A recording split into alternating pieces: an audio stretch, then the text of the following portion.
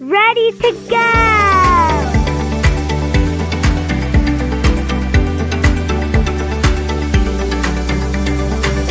You're listening to By Land and by Sea, powered by the Maritime Professor.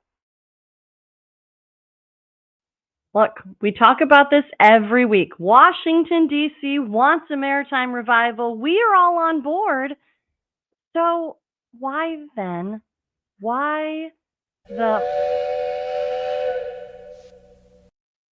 I'm going to say it again. Why the...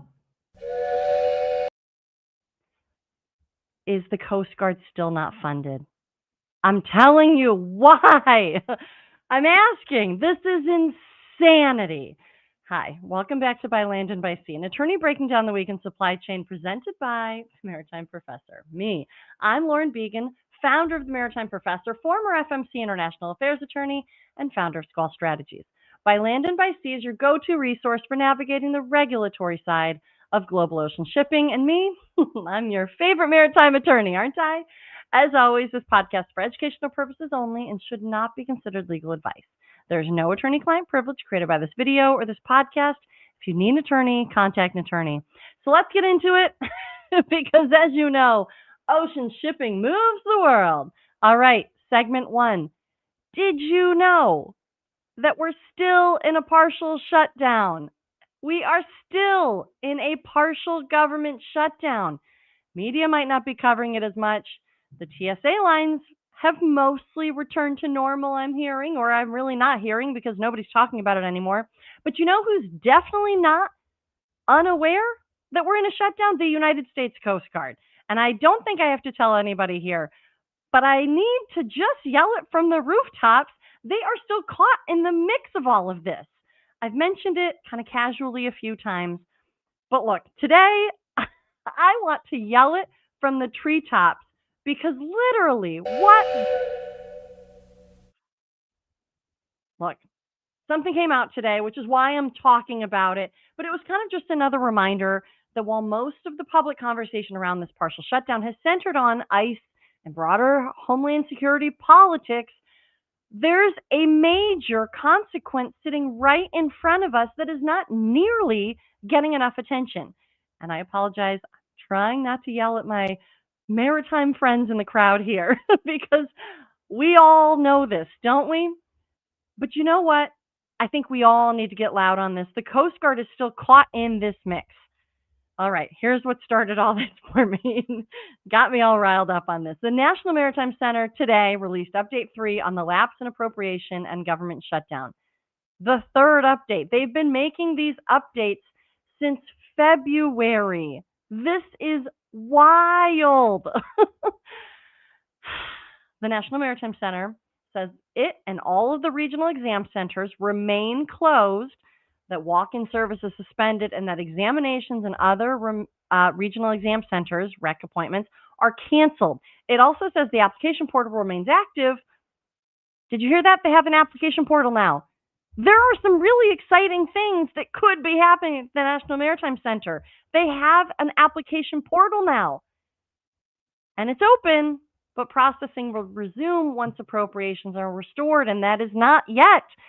And if that's not clear enough, the Mariner letter attached to the update says plainly that the Coast Guard is currently unable to process applications for Mariner credentials.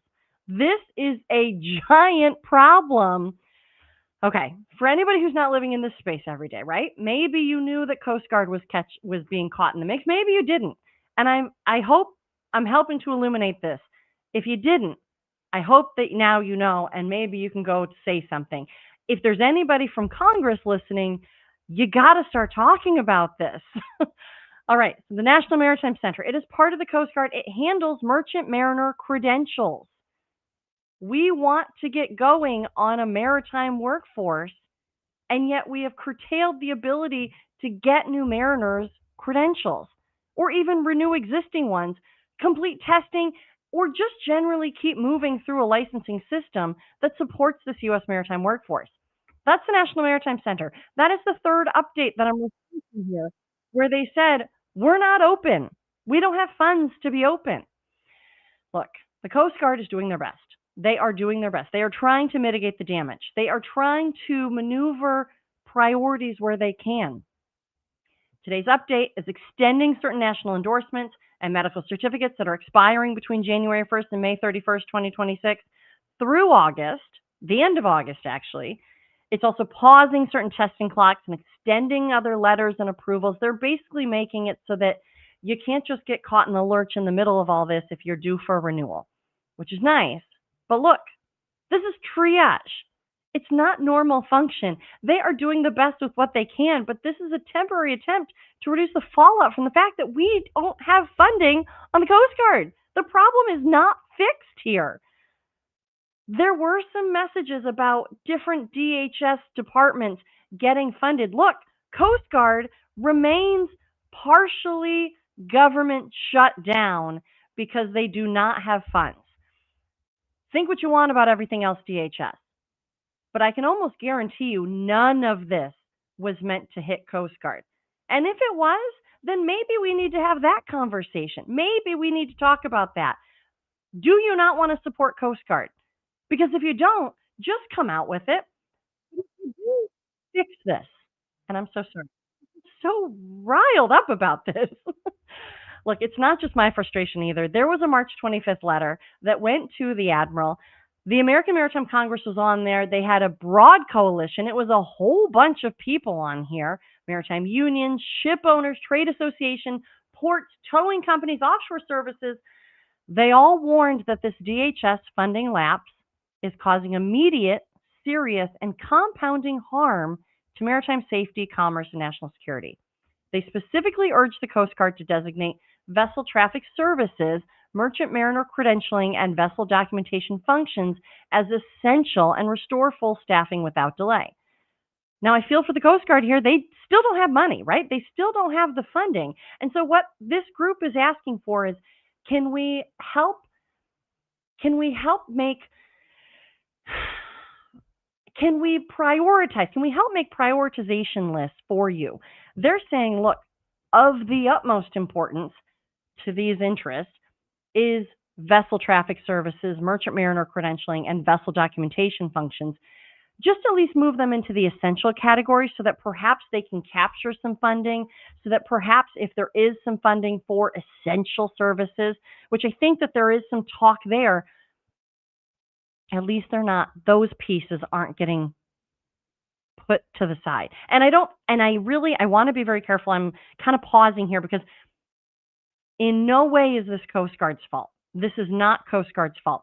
They are prioritizing and honestly triaging the best that they can. We still don't have funding here.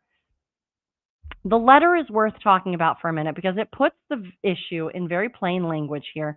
On merchant mariner credentialing, it says, this is not a paperwork inconvenience. This is a direct threat to vessel safety, to port operations, and to the United States' ability to sustain its merchant fleet. And that's exactly right. Sometimes these government shutdown stories get talked about in a way that makes them sound abstract or political, or that they only matter inside DC.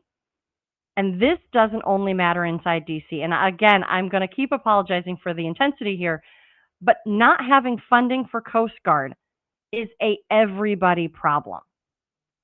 Not only are the mariners waiting on credentials, not only are companies trying to fill billets, not only are employers trying to manage around delays, but Coast Guard has some pretty incredible and essential duties anyways.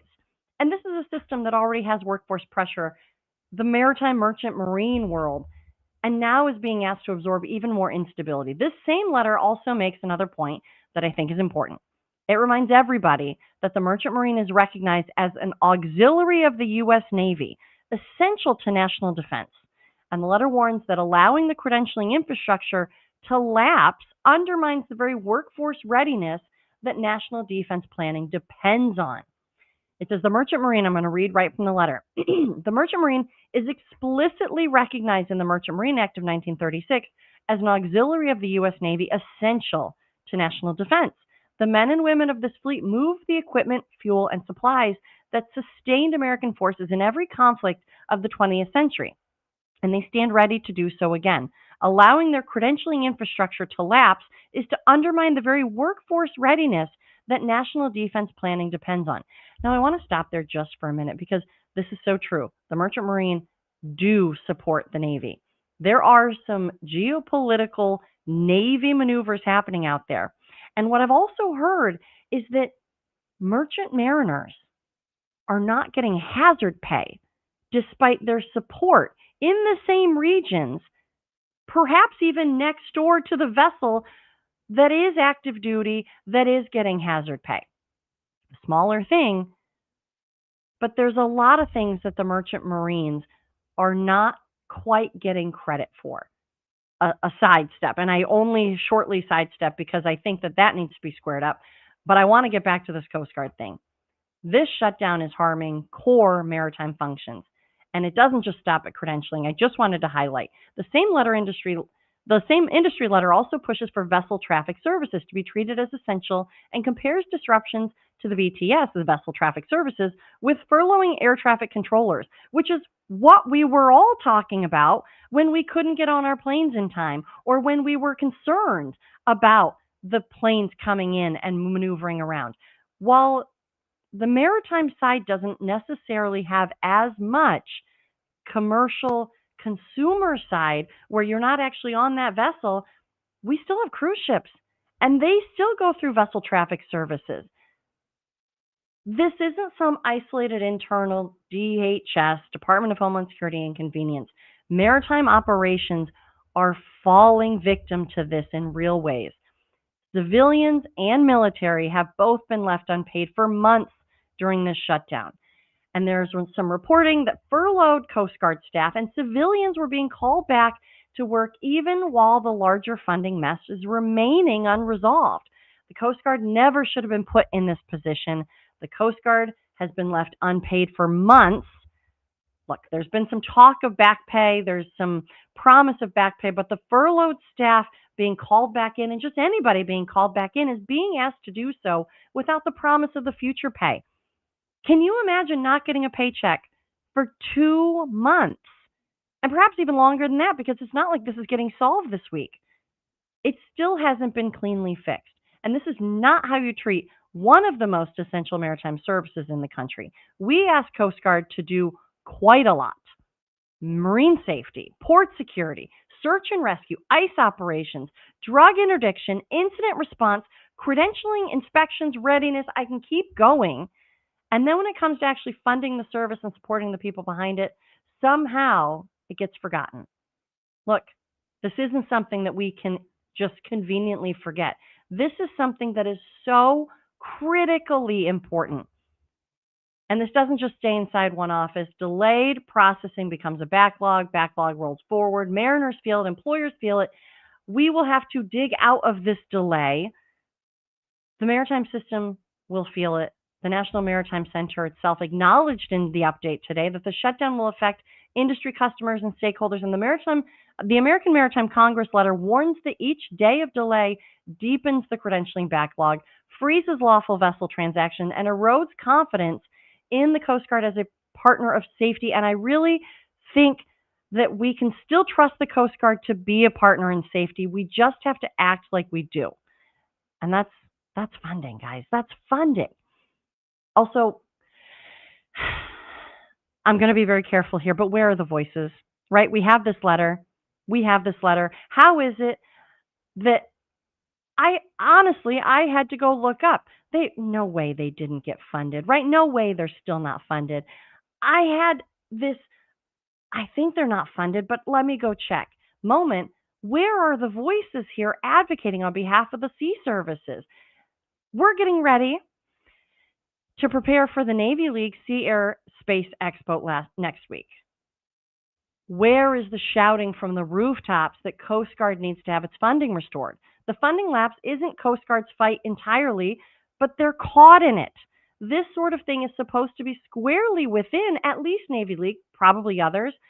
It's the Navy League's mission is to support America's sea services, including the Coast Guard and the U.S. Flag Merchant Marine, and educate the public and Congress on why those services matter. I can imagine they are talking to Congress. I hope that they do, but we need bigger messaging. We need this to be everywhere. Coast Guard's funding is not some side issue. I don't think that Navy League thinks that it is, and I I'm hesitant here because I really don't want to be only coming after Navy League, but we need a lot more voices. I love that this letter went out, but we need more than that. Look, yeah, clearly I'm mad about this one. I'm mad because this is all avoidable, and I'm mad because this is not who was meant to get caught in this mix. Look, the people doing the work deserve better than this. Coast Guard wasn't ever supposed to be part of this DHS not even geopolitical. This is just all straight politics. Coast Guard wasn't supposed to be part of this. And look, in an era when Washington keeps talking about maritime revival, industrial base revival, and strategic competition in the maritime world, we can't seem to manage the basic task of reliably funding one of the most important maritime institutions in the country. Let's get Coast Guard funded. Just take them out of this conversation. Get them funded. They're not meant to be part of it. Everybody just forgets that DHS has Coast Guard in it. I don't really care how you feel about the rest of it. You just got to get Coast Guard funded. All right. I'm so sorry. Thank you for allowing me to talk about that. Let's get Coast Guard some money here. Just get them their money. Just let's fund them. How are they still in a shutdown and nobody's talking about it? All right. That's the point. All right. Segment 2. Segment 2. A joint hearing. There is a joint hearing coming up that I'm encouraged by. And so while I still might remain frustrated that Coast Guard is still not getting paid, the House Armed Services Subcommittee on Sea Power and Projection Forces and the House T&I Committee, Transportation and Infrastructure on the Coast Guard and Maritime Transportation have announced a joint hearing. It's going to be next week. I'm looking forward to this one. I think this is going to be really interesting. It is revitalizing shipbuilding in the maritime industrial base, but I think the thing that's most notable here is that it is combining the right people. It is focusing on government and commercial shipbuilding efforts, and the witness list is the part that I'm most interested in. We have Mr. Jason Potter performing the duties of Assistant Secretary of the Navy for Research, Development, and Acquisition from the Navy. We have Maritime Administrator Stephen Carmel from DOT, but from MARAD, Maritime Administration. We have Rear Admiral Mike Campbell, Director of Systems Integration and Chief Acquisitions Officer from the Coast Guard. Now, you bet I'll be listening to make sure that he says that they need funding, because he's going to be in front of Congress. I can almost guarantee he's going to say that at the beginning. We have Dr. Eric Labs, Senior Analyst for Naval Forces and Weapons, Congressional Budget Office. All right, okay. And then we have Ms. Shelby Oakley, Director of Contracting and National Security Acquisitions, GAO, Government Accountability Office. So we have GAO, Congressional Budget Office, Coast Guard, Maritime Administration, and the Navy. Good. Let's have them all in the same room. It's a joint hearing. I'm glad. This is good. One of the recurring challenges in maritime policy is that all of these issues are deeply connected to the real world, but they're often discussed in separate buckets, as we know, right? We always talk about that. Commercial shipping over here, military sea lift over there, shipbuilding in another lane, workforce over here, Coast Guard somewhere else, industrial base concerns in yet another conversation. But in real life, these things overlap all the time. So the fact that they are having an armed services side and T&I side in the same conversation, armed services and transportation and infrastructure, raises the possibility of a more complete discussion, and I love it because I'm sure there's prep going into the hearing, and then there's going to be follow-up conversations after the hearing. So while next week on Wednesday, April 22nd at 3:30, this hearing will kick off, all of the other things that are going to happen because of the very creation and just existence of this joint hearing is going to be where this can actually grow, right? This is commercial shipbuilding, repair capability, merchant marine realities, workforce development, financing, and the regulatory policy environment, all kind of in one large conversation. We have Navy, MARAD, Coast Guard, Congressional Budget Office, GAO, so at least on paper, this is not just a cheerleading exercise. This is a discussion. Everybody's sitting at the same table. It's also notable that we have MARAD here because any serious conversation, I talked about this a lot last week, about maritime strength has to include the commercial side. You cannot build a stronger maritime nation through military assets alone. You certainly need them, but you need the commercial capability and capacity. You need shipyards. You need mariners. You need functioning financing and policy pathways, and you need agencies working together. So I actually am really encouraged by this. Now, I'm going to be listening for a few things. I think, does the conversation stay broad enough, or does it specifically and intentionally include commercial side, or does it drift into only Navy framing? And I think the reason why we have Merit at that table is because it will include the commercial conversation. I also want to see, do lawmakers and witnesses treat maritime and mariner workforce and credentialing as central parts of this industrial-based strength, or do they get treated like a side issue? I'm going to be listening for Coast Guard funding conversations. I hope that it gets brought up more than just in an intro. I hope that it gets brought up multiple times. But I'm also going to listen to the concreteness of the plan. Are all of these ambitions connecting to an actual execution, or is it just going to say we need more shipbuilding? Because it's obviously easy to say we need more shipbuilding, and we have to say it to then put action to it. But we've been saying it now for 1 year and 8 days, because now it's April 17th, April 9th, last year, 2025 is when that executive order on maritime dominance came out.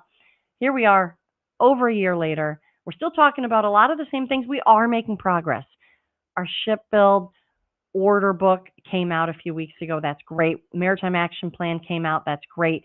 I am seeing funding starting to flow. That's great. And I love that this joint hearing just popped into my email box of announcements that are happening, because I think this shows the systems working together. And I think that that's what's really important. We need policy, funding, workforce systems, and agency coordination actually lining up that makes any of this real, right? We need to have all of this in one conversation. And I'm excited for next week because that's what I see. That's how I see this playing out. So I'm excited. I'll be watching. All right. Last segment of the day, third segment, the FMC's hazardous cargo investigation. Did you catch this one? All right. This one's pretty interesting. Now, I have not known the FMC to meander anywhere into hazmat necessarily, but this still has FMC authority all over it. All right, just a few days ago, April 15th, the Commission served an order initiating a non-adjudicatory investigation. So what does that mean?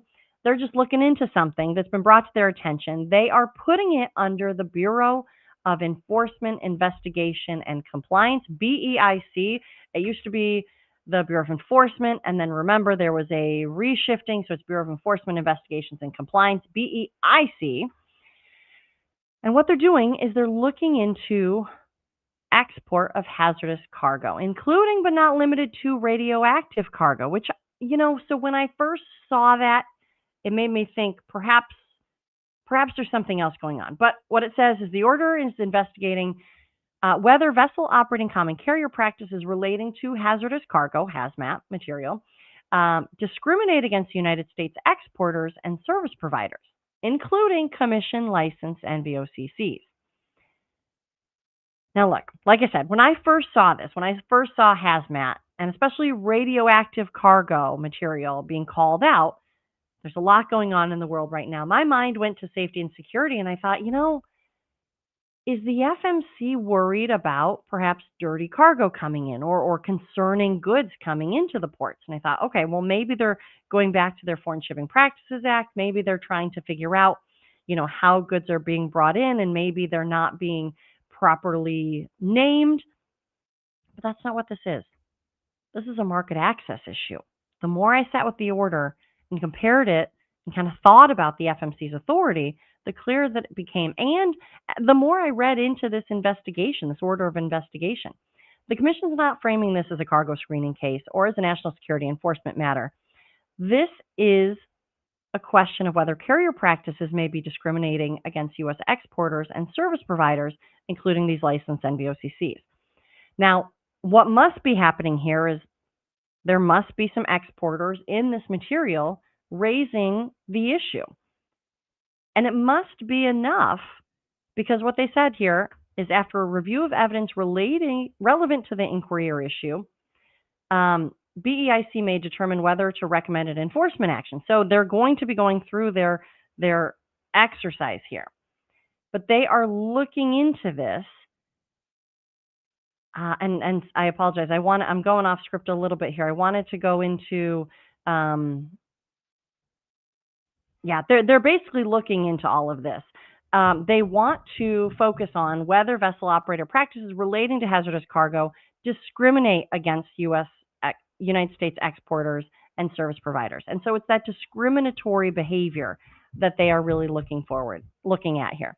It also asks whether carriers have any exclusive agreements tied to the packaging, shipment, or preparation for transportation of hazardous cargo, and whether those arrangements could amount to an unreasonable refusal of cargo space or an unreasonable refusal to deal or negotiate. So there it is.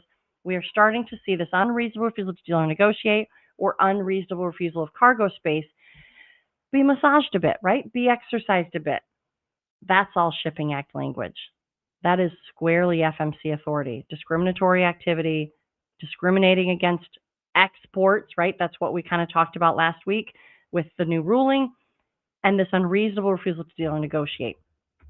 I think that's what the commission's looking at here, right? The fairness, the access, and the potentially discriminatory conduct. But they got to look into it. They probably had some people saying, hey, these things are happening. Can you look into it? Enough that they started this. But I believe that the FMC is going to be looking at this with open eyes in a, what's going on here? Let's go find out. A couple of people might be complaining, but let's go find out what's happening. So there might be an access problem for hazardous cargo exporters, and maybe not. And maybe it's an acute one for this radioactive cargo, since that was specifically mentioned. Which again, like I said, when I first heard that, I thought, okay, is this something else happening? But nope, that's just what they're saying. Market access, it seems. This doesn't necessarily mean that radioactive cargo is the only issue, but it might just be that there was something that came up that was a concern. The scope isn't small here either. They mention 11 major vessel operating common carriers, so these are the large ocean carrier lines, but they go into, obviously, the big ones, MSC, Maersk CMA, COSCO, Hapag-Lloyd, O&E, Evergreen, and then you get HMM, Zing, Yangming, and Wanhai. It also specifically authorizes the director of BEIC, so the Bureau of Enforcement, Investigation, and Compliance, to use the commission's compulsory process to actually make this into a full investigation, subpoenas, evidence under oath. So this isn't yet a full-on enforcement action. This is an investigation and a non-adjudicatory one, which means that they are just investigating. It is an investigation. It's still a meaningful commission move. The FMC has opened the file, named at least the initial people that they are going to be questioning, and that's just what they're seeking information. I don't think that there is a implicit inference that anybody's doing wrongdoing here, but they are saying we have been told or we suspect that there might be, and we just want to find out what's going on. So this is going to be interesting. Hazmat. FMC has entered the chat on hazmat. But again, it's about the access, the competition, and whether certain market participants are being blocked or boxed out. So this is kind of a little bit of the unreasonable refusal to deal and negotiate, but in a specific commodity. I'm going to be interested. Are there other specific commodities that the FMC may look at? If it gets raised up enough, will the FMC have investigations on other specific commodities? There must have been something here that was interesting enough that they wanted to look at this a little bit further. But I think we won't learn much right off the bat. Most of this, as they talk about, is going to be confidential. It says all reports, documents generated in conducting this investigation and materials gathered during the investigation shall remain confidential and will not be made public unless and until otherwise ordered by the Commission or the BEIC under its delegated authority. So we won't know much, but we probably will know something either at the end of all this or maybe sometime in the middle. But I think this is interesting. This is a new area. I mean, it's continuing down the authority of the unreasonable refusal to deal kind of line, but it's also going into a commodity. So that's what I'm watching this week. Look, the Coast Guard is still caught in this mess. The National Maritime Center is still not functioning fully. Mariners and industry are continuing to deal with its consequences, and while Washington keeps talking about maritime revival and industrial maritime base strength, maybe we should talk about the obvious. Get the U.S. Coast Guard funded and get these people back to work, because this is ridiculous, right? Fix the funding problem. Stop dragging maritime functions through this Department of Homeland Security political fight and stop acting like this does not have real world consequences for mariners, employers, and the broader maritime system. Let's get the Coast Guard fully funded, fully functioning, and fully back to doing the incredible work that they're supposed to be doing and that they are really good at doing and that many of them are doing right now without getting paid. All right. If you like this episode, be sure to follow, subscribe, and leave a review. Want to go deeper on these topics or bring this kind of insight to your team? Visit themaritimeprofessor.com to explore corporate trainings, tailored briefings, and on-demand webinars, all designed to make maritime regulations practical and easy to understand. And if your organization needs help navigating the legal or strategic side of ocean shipping, head over to Squall Strategies. That's where I provide consulting services, regulatory guidance, and policy support. As always, this podcast is for educational purposes only and should not be considered legal advice. If you need an attorney, contact an attorney. So until next time, I'm Lauren Beagen, the Maritime Professor, and you've just listened to a very impassioned episode of By Land and By Sea. I'll see you next time. Thanks, everybody.